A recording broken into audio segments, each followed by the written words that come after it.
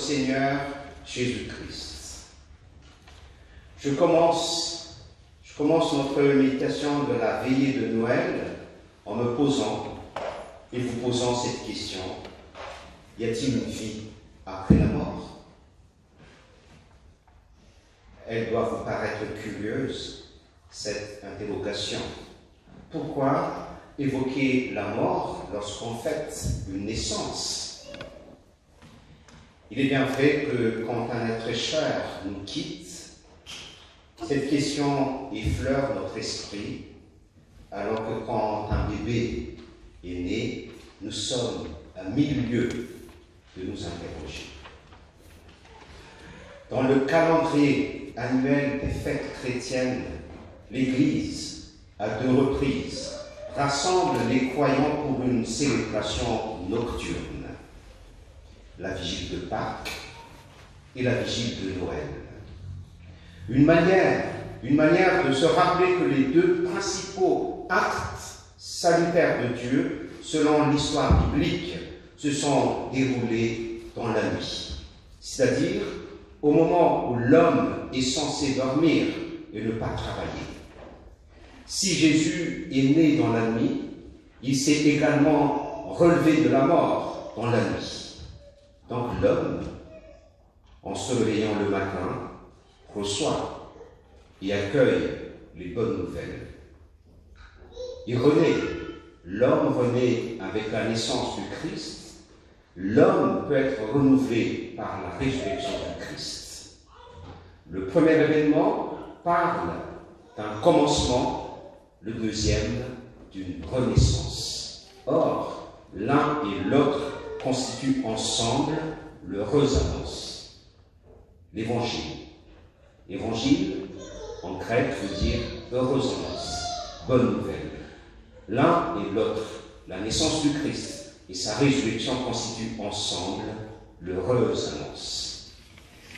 Quand les chrétiens se retrouvent dans la nuit de Pâques, c'est pour proclamer leur espérance véritable et profonde que la vie ne s'arrête pas à la mort, mais continue dans l'au-delà. La célébration pascale ne répond pas rationnellement à la question de la vie après la mort, mais permet d'entrer dans la réponse de Dieu, une réponse silencieuse, mais suffisante.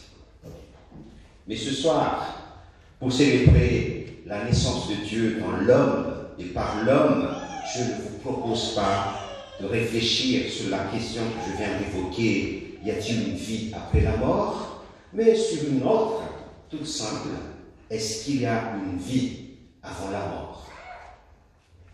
Vous allez tous me dire que oui, bien évidemment, il y a une vie avant la mort. Il n'est, AIT, pas EST, il n'est que de constater la succession des jours et des nuits, la trame de nos joies et de nos peines, les beaux ciels et les intempéries, le temps de la maladie et celui de la guérison, le temps du travail et celui du repos, etc., etc. À cette fin-là, nous essayons, tant bien que mal, d'y chercher quand même notre joie et de la partager autant que faire se peut les uns avec les autres. Et c'est déjà bien.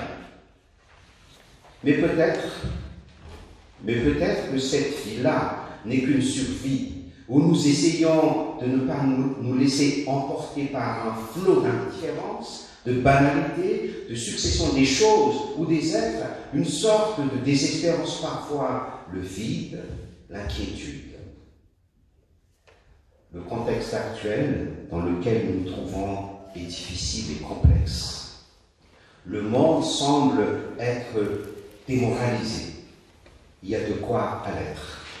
Mais vous n'avez pas l'air, ce soir, d'avoir une mine défaite, à moins que je me trompe.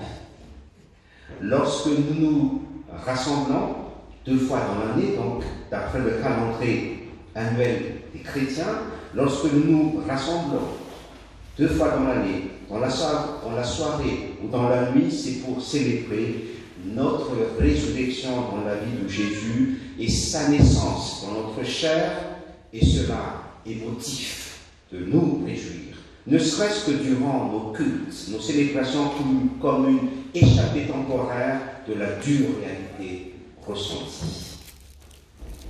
Dans la vie, nous mettons en valeur notre liberté, notre prise d'initiative, notre responsabilité. Or, voilà deux circonstances, notre naissance et notre mort, sur lesquelles, en principe, nous n'avons aucun pouvoir, sur lesquelles ne peuvent s'exercer ni notre responsabilité, ni notre choix, ni notre liberté, ni même notre conscience. Et ce soir, si nous célébrons en Église la naissance de Jésus, c'est pour signifier que notre propre naissance, comme notre propre mort aussi, c'est-à-dire le mystère de notre existence, ne tombe ni sous notre responsabilité immédiate, ni dans le choix circonstanciel de notre liberté, ni ne dépend de la conscience que nous en avons. En fêtant la naissance de Dieu dans l'homme, nous célébrons autant Dieu que l'homme, parce que si Dieu est venu naître dans la chair de l'homme, c'est pour apprendre à l'homme à naître à la vie, à la vraie vie, à la vie avant la mort, et pas simplement à se laisser percer et aller au gré des flots de sa survie, des événements subis qui sont d'ailleurs ceux-là même qu'a vécu Jésus-Christ. Quand l'homme entre dans la considération de Dieu, il a alors devant lui le déploiement d'un avenir où tout se récapitule dans l'expérience du partage christique. Jésus a travaillé, a souffert, pleuré et aimé.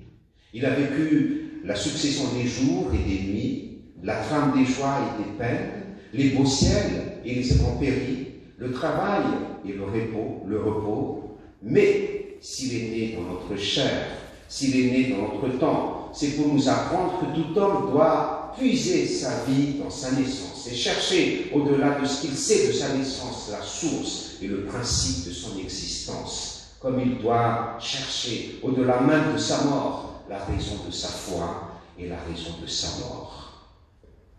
Célébrer Noël, c'est signifier que notre vie et notre mort sont saisies tout entières, définitivement dans le don total d'un Dieu qui n'est plus lointain, d'un Dieu qui n'est pas un concept abstrait, mais qui s'est fait homme en Jésus, tout en restant Dieu.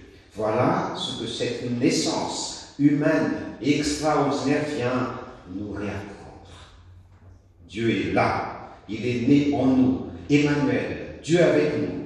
Cette naissance, dans la nuit, nous apprend que notre vie reste un mystère, que nous en sommes ignorants, mais peu importe ce que c'est notre tête, notre cœur croit qu'il ne peut pas vivre sans le cœur de Dieu, qui charnellement continue de battre à chaque fois qu'un homme veut vivre, car ce désir de vouloir vivre, c'est justement la chair du Christ qui le fait vibrer, jaillir et se développer à travers, avec et en épousant tous les événements qui seront ceux de notre existence. Oui, il y a une vie avant la mort, qui n'est pas simplement cette succession de choses vécues par nous, mais aussi cette présence de Dieu, cette tendresse divine, cette lumière de l'enfant de la crèche d'entre nuit. Et je crois que les hommes qui, ce soir, fêtent Noël en dehors des églises, le pressentent. Ils ont déjà cette intuition, même s'ils ne le vivent pas comme nous le vivons. Ils savent confusément qu'en se réunissant le soir, en dînant aux chandelles, en dépensant plus que d'habitude, ils ne sont pas simplement pris d'une soif de bien matériel, mais ils expriment un désir de vivre. Il y a là l'expression d'une arc de lumière. Même si elle est artificielle, le désir ne l'est pas. Il y a là une recherche d'un lancement de tendresse, et elle ne s'exprime peut-être que par des joies matérielles. Il y a la volonté de partager une communion par la table de famille. Et traditionnellement, Noël occasionne une trêve de confiseurs, trêve pour la paix, qui n'est pas uniquement d'ordre politique ou militaire, car l'homme sait, il sait dans son cœur qu'il peut, durant quelques heures, vivre dans la paix. Noël n'est pas réservé aux chrétiens. Vous vous rappelez du verset de Jean 3, verset 16. C'est pour le monde entier. Noël n'est pas réservé aux chrétiens.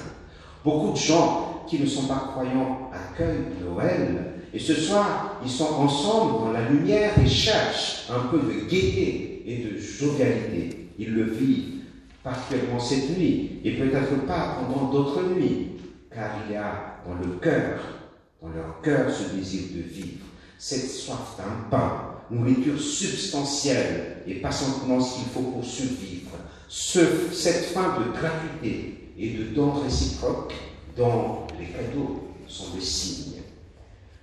Ne croyons pas que le monde païen a volé ou récupéré Noël aux chrétiens.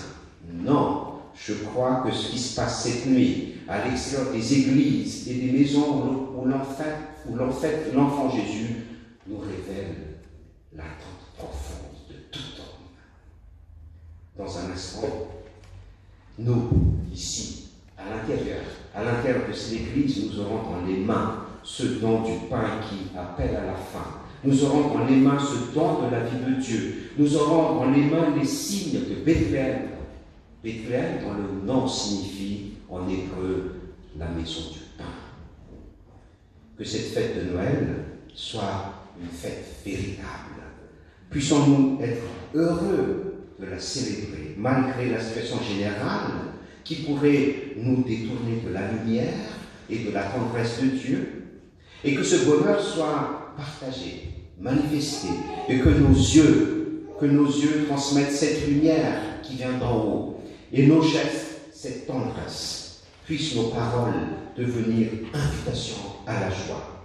Alors, pour revenir à ma première question, n'attendons pas au-delà de la mort pour vivre avec Dieu, mais laissons Dieu vivre dans nos existences et sachant partager sans crainte cette éternité offerte, pour que chacun puisse lui-même non seulement découvrir Dieu, mais découvrir son authentique humanité en contemplant l'enfant de la crèche, vrai Dieu et vrai homme. Ainsi soit-il.